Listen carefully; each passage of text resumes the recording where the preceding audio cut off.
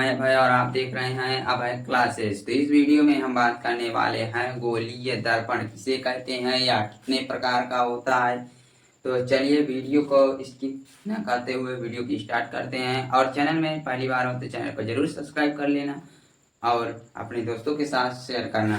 तो चलिए देखते हैं गोलीय दर्पण। तो ऐसा दर्पण क्या है कि ऐसा दर्पण जिसका परावर्तक सतह गोलीय होता है। क्या होता है?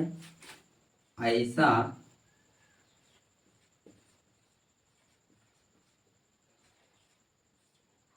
ऐसा दर्पण जिसकी जिसकी परावर्तक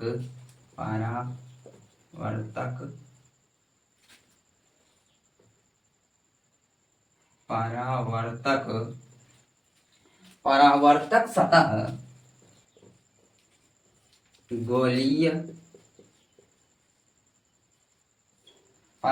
सतह गोलीय होती है। क्या होती है? गोलीय होती है। क्या कहलाता है? गोलीय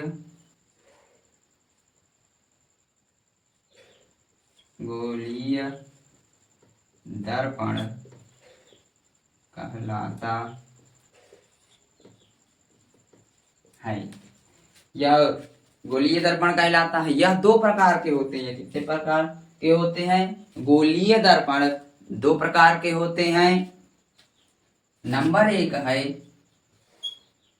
अवतल दर्पण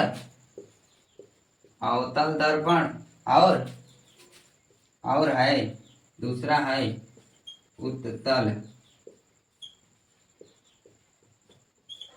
दर्पण। कौन कौन से होते हैं? अवतल दर्पण और होता है उत्तल दर्पण।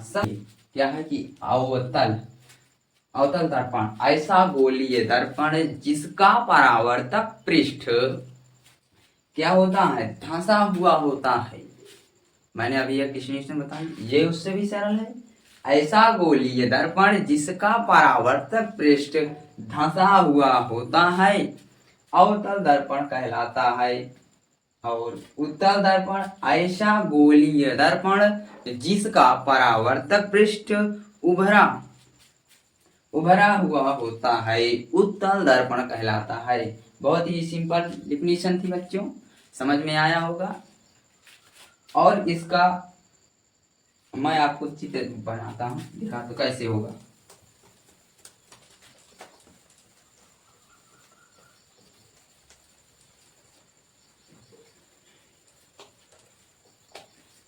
देखिए ये हुआ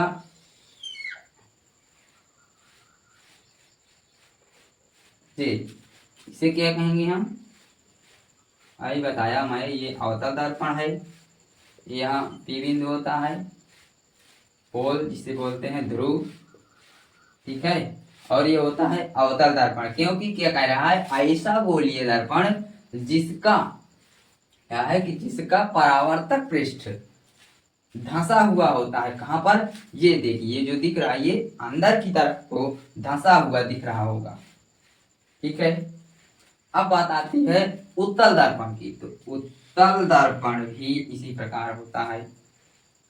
यहाँ चित्र एकदम सही से नहीं बना है, लेकिन आप पटरी प्रकार लेकर ही इस चित्र को बनाना, नहीं आपका गलत हो जाएगा बच्चे, ठीक है।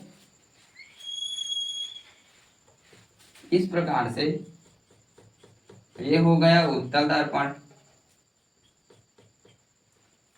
और यह क्या कह रहा है कि ऐसा गोलीय दर्पण जिसका परावर्तक पृष्ठ क्या होता है? उभरा हुआ होता है। क्या है यह? अंदर की ओर बाहर की ओर से उभरा हुआ होता है। तो ये दिख रहा है ये उभरा हुआ है। क्या है? बाहर की ओर उभरा हुआ है। यह हो गया उत्तल दर्पण और यह है अवतल दर्पण। यहां तक समझ में आ गया होगा बच्चों। अब मैं बताता हूं गोलीय दर्पण से संबंधित कुछ परिभाषाएं जैसे वक्रता, त्रिज्या, मुख्य अक्ष, मुख्य फोकस और बहुत सारी डिफिनीशन है, मैं बताता हूँ। और चैनल में बने रहिए, चैनल को सब्सक्राइब करिए, लाइक करिए, शेयर करिए दोस्तों के साथ।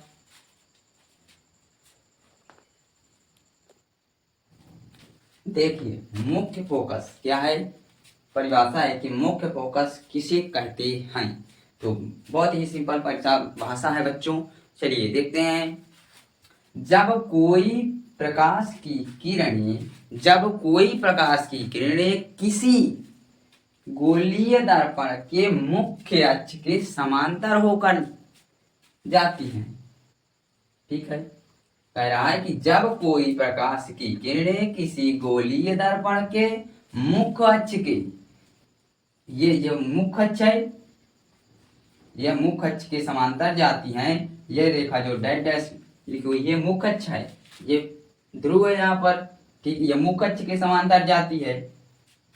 और क्या कह रहा है, परावर्तित होने के इस, ये जो डैश डैश लाइन है, इन दो लाइन, ये दो लाइन जो है इसके समांतर जा रही हैं। और बात परिवर्तित होने के बाद मुख्य अक्ष के जिस बिंदु पर, क्या कह रहा है कि मुख्य अक्ष के, जो ये मुख्य अक्ष की लाइन है, ये लाइन मुख्य अक्ष के जिस बिंदु पर, ये मुख्य अक्ष है, और जहां जिस पर मिलती हैं, यहाँ पर परावर्तित होती हैं और यहाँ पर मिलती हैं, तो क्या या मिलती हुई प्रतीत होती हैं, वह बिंदु क्या होता है, मुख्य फोकस कहलाती है। क्या हो गया, मुख्य फोकस। ये क्या है, मुख्य फोकस है, ठीक है। क्या हुआ, मुख्य फोकस। इसे एफ से निरूपित करते हैं।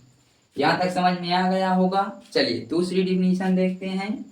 त्रिज्या गोलीय दर्पण का परावर्तक पृष्ठ जिस खोखले गोले का भाग होता है, उस गोलीय त्रिज्या का दर्पण की वक्रता त्रिज्या कहते हैं। इसे R से प्रदर्शित करते हैं। उस गोलीय दर्पण की त्रिज्या की वक्रता त्रिज्या कहते हैं। इसे R, small r, capital R नहीं, स्मॉल r से प्रदर्शित करते हैं। सूत्र होता है R बराबर 2F। जैसे कि हम एक सवाल देखते हैं कि एक अवतल दर्पण की फोकस दूरी क्या है, 10 मीटर है, तो अवतल दर्पण की वक्रता त्रिज्या ज्ञात कीजिए। चलिए अब बताते हैं इन सवालों को। देखिए प्रश्न है कि एक अवतल दर्पण की फोकस दूरी, एक अवतल दर्पण की फोकस दूरी बच्चों क्या है कि 10 मीटर है, तो अवतल दर्पण की वक्रता त्रिज्या क्या ज्ञात करना हमको, ठीक है। तो क्या करना है, वक्रता त्रिज्या को ज्ञात करना है। तो कैसे ज्ञात करेंगे, सूत्र होता है R बराबर 2F। पहले लिखेंगे, परीक्षा में नंबर कैसे मिलेगा, देखिए इस प्रकार से जब लिखेंगे, पहले लिखेंगे हल, यहाँ पर उत्तर नहीं लिखना है, ठीक है, लिख दिए हैं। यहाँ पर वो क्वेश्चन लिखेंगे हल, फिर इसके नीचे लिखेंगे दिया है। अब क्या क्या दिया है वो लिखेंगे, क्या क्या दिया है।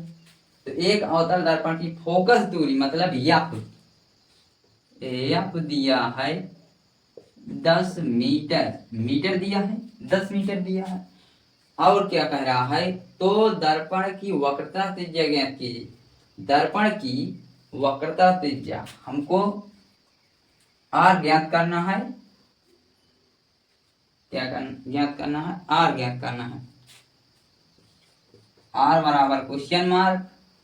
अब लिखेंगे सूत्र क्या होता है, R बराबर 2F।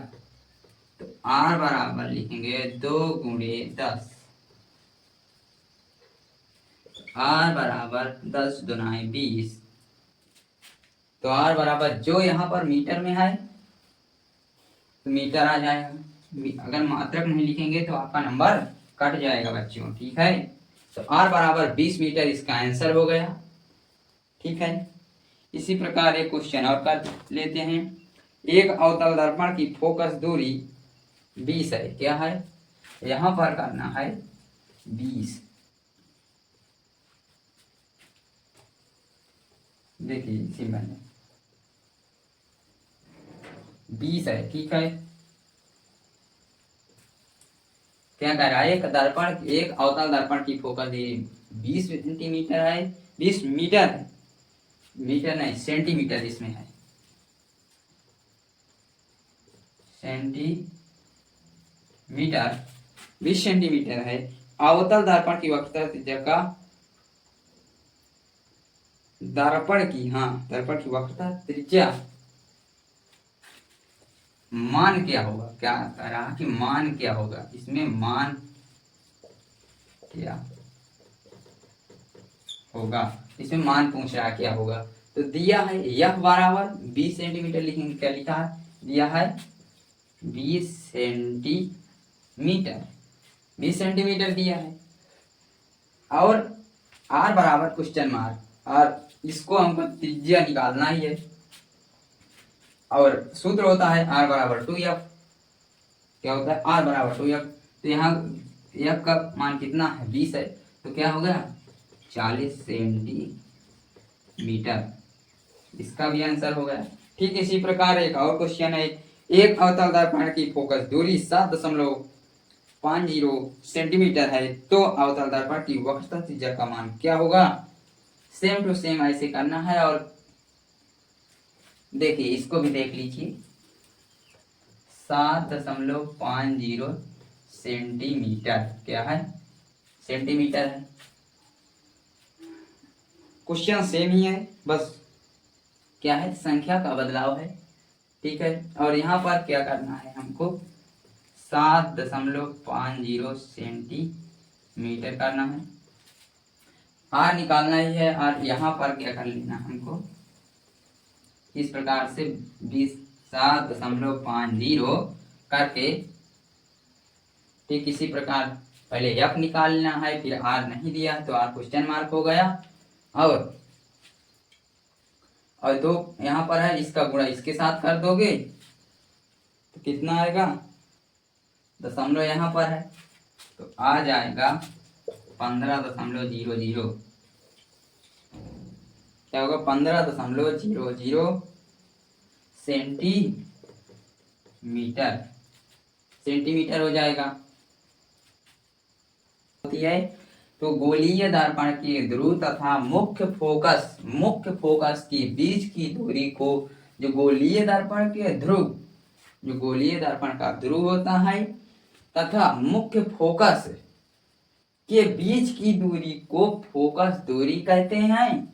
इसे एफ से प्रदर्शित करते हैं। सूत्र होता है जो अभी हमने बताया, वक्रता त्रिज्या का सूत्र दूसरा होता है, वो आर बराबर 2 गुणे एफ होता है। ठीक है, ये होता है एफ बराबर कैपिटल आर बराबर बटे 2 होता है। ठीक है, कुछ बच्चे इसे ऐसे लिख कर जल्दी जल्दी में गलती कर देते हैं। ऐसे करके इस प्रकार लिखेंगे, और ये तो ठीक लिखा है, लेकिन गलती कहाँ करते हैं अब बताते हैं। तो यह लिखेंगे और ये ऐसे करेंगे और r/2, तो ये जो बराबर का चिन्ह होता है इसके ही बराबर में रहना, जैसे यहाँ पर है इस प्रकार से ही रहना है, ऐसे ये बीच में आए तब सही सवाल होगा बच्चों। नहीं एग्जामिनर नंबर काट लेता है ऐसे में। ठीक है, इस बात का ध्यान रखना है। और प्रदर्शित करते हैं सूत्र। और सवाल नंबर 1 है कि एक अवतल दर्पण की वक्रता त्रिज्या 12 सेंटीमीटर है, तो इसकी फोकस दूरी ज्ञात कीजिए। तो अवतल दर्पण में जो फोकस दूरी होती है वो माइनस होती है। हम जब चिन्ह परिपाटी अभी बताएंगे अगले वीडियो में, तब उसे जरूर पढ़ना, क्योंकि उसमें चिन्ह परिपाटी जब तक आप नहीं जानेंगे तब तक सवाल नहीं आएगा। ठीक है, इसमें माइनस होती है अवतल में फोकस दूरी, और उत्तल में प्लस होती है। तो माइनस होती है, यहाँ पर लिखा नहीं रहेगा, अपने से माइनस करना पड़ेगा। ठीक है, तो हल लिखेंगे, फिर लिखेंगे दिया है, क्या दिया है? अब इसमें दिया है अवतल दर्पण की वक्रता त्रिज्या दिया है। क्या दिया? वक्रता त्रिज्या दिया है।